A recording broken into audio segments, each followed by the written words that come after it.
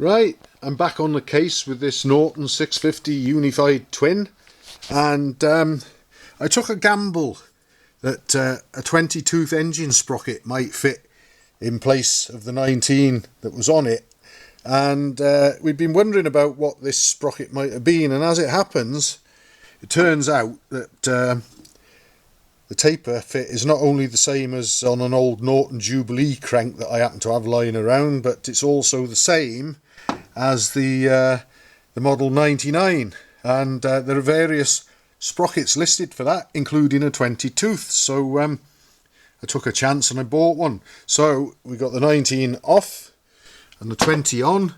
The primary chain has just reached, as you can see, the tensioner now is backed right off. The blade is flat. Before it was bowed like a banana, and that was all it could do, fully bowed, was to just about give satisfactory tension on the primary chain. But with it backed right off and the extra tooth on the engine sprocket, it'll be a while if we ever need to worry about using the tensioner at all. Like I say, the adjuster is backed right off on that. Also, another plus point is the gearing will be a whisker over 5% higher than it was before.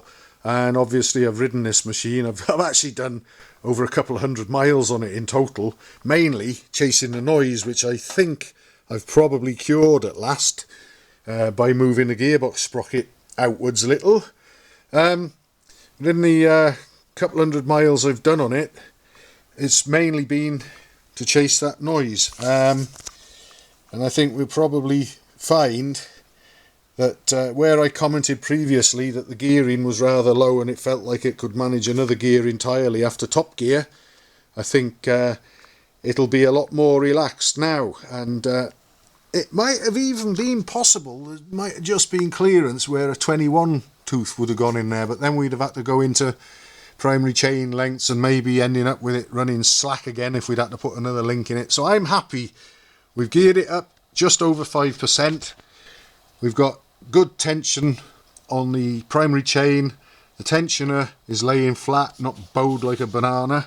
So all in all, in the grand scheme of things, we've made a big step forward with this lot. So by the time I get this lot back on, which hopefully shouldn't take too long, we'll be ready to move under our own power again. But I happen to know already that the road umper-lumpers have been chucking their loose chippings around all over the place, so I may have to go and do some reconnaissance on my Scrambles Cub first and just have a look and see where I can venture out on this, because the last thing I want is damage to this from chippings, or worse than that, coming off because of loose chippings, and that would be unthinkable. So but anyway, we're edging nearer and nearer to being able to take another run on this machine, and hopefully there'll be a couple of dramatic and positive changes made, which should be revealed when we do take the next ride, I hope.